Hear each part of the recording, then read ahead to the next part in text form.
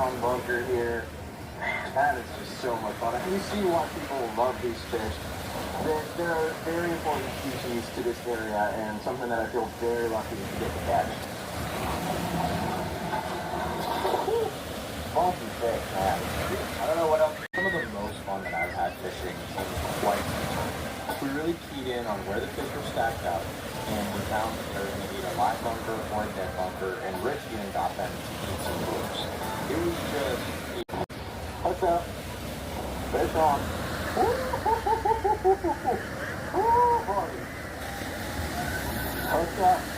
Big one, boy. Big one. That's it.